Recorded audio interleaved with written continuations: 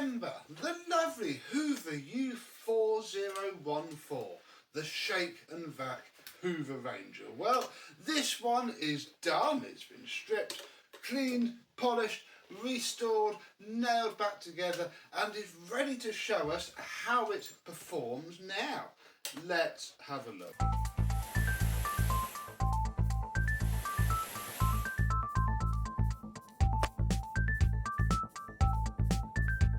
Yes, hello, my vacuum cleaner and Hoover chums. How are you today? The first immediate thing is that this is what my stickers are. I've had these metal stickers for ages and ages and ages, and they've always been put on stuff. You've seen them on the video, but this is that perfect size for the sticker. So there is a nice Hoover roundel finally back in place. Everything else is pretty lovely. This machine, if it wasn't for that bottom cord hook, would be absolutely mint. The fact that they all do that is probably not a bad thing. The lovely rock plug came out very nicely indeed, all cleaned and polished and made to look lovely. The flex is original because it has the Hoover crimps on the machine end. So yeah, a very, very original machine. Even the bag, and this is probably the most rarest part of this machine. I know a fair few of these, but they've all got different bags because the bags just didn't last. And I've got a horrible feeling that these in particular were hit hardest because of this, well, I think it's stupid, plastic hook. When that's in the bag, it's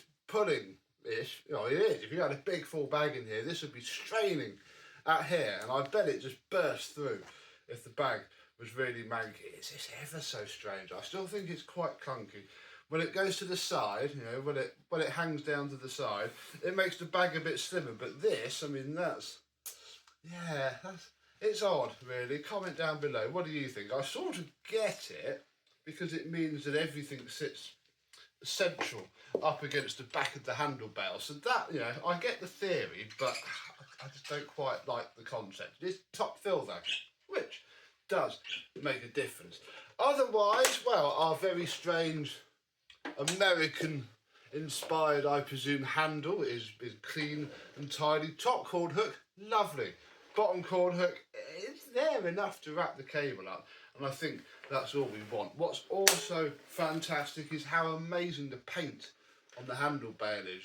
We've done a lot of Hoover Seniors over the years, and this just doesn't take paint very well normally. It's always flaking off or corroded. That one is lovely. So far, so good. Let's have a quick peek underneath. Underneath is very nice indeed. Well, the top came out well. The gouges are still there, sadly, but there is now, oh, there you go, there's now a level of gloss to the whole thing, which does make a difference. It certainly makes it nicer to look at when it's down the floor. Underneath was immaculate, no corrosion at all on this machine, just a whole lot of filth.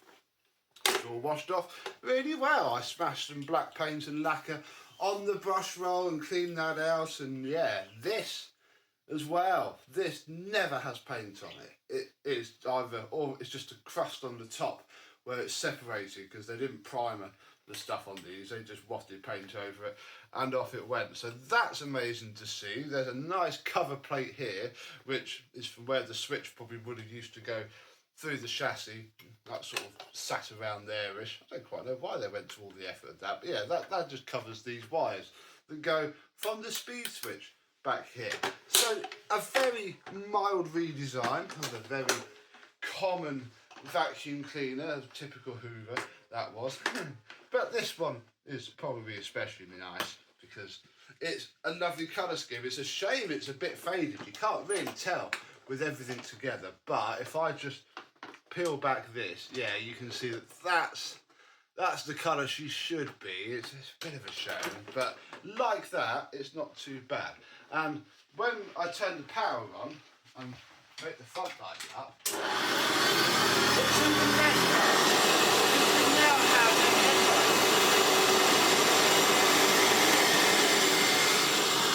You now have a headlight, which makes the machine seem a lot nicer. So we're pretty much ready to go, really. We are together.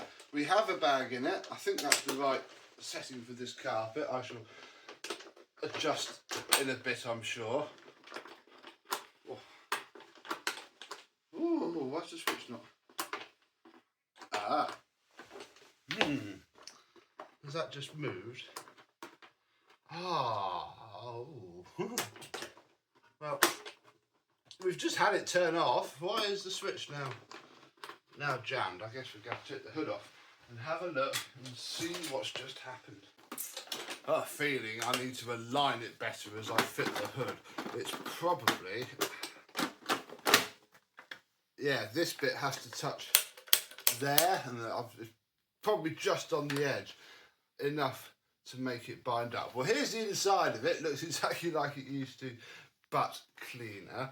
I can't really see what I'm doing either, because everything's sort of everywhere. So if we put down yeah, it's pushing the switch down and then not doing anything else. Oh. Why? Switch works fine. This bit, I think it's fine. It's only got to do that bit, and it's only got to do that bit there.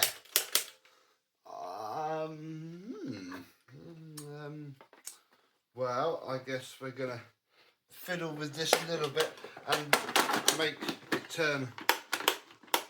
Oh, I think that's it. There. Right. Turn the machine over whilst making sure the hood doesn't move, and put the screws in, and hopefully that will stay like that. Yeah, there must be no slop or movement in there, because again, this was designed properly. This is from the era where things were thought about, so that would be a fairly precise measurement. I just need to get the hood on properly to hopefully match. And it's still click. Nah. Ooh.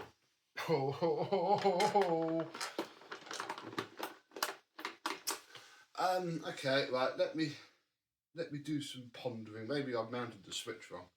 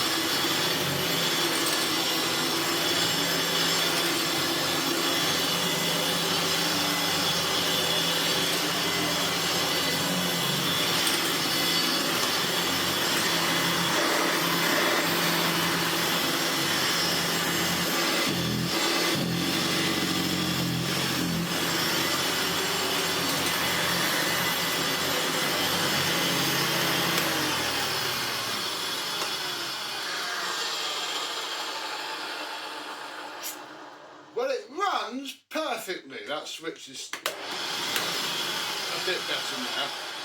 Problem now is that wine. You see, the problem is that bearing was completely seized. The armature shaft was just spinning through the seized up bearing, and it actually sounded better than this does now, which is the bearing spinning, and I packed it full of grease quite well.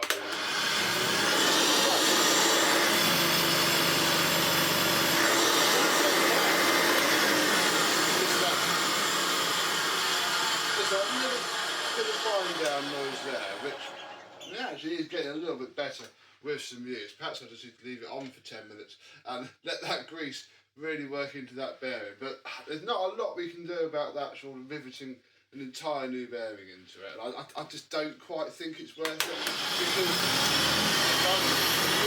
really well. Beating as it sweeps, as it moves, as it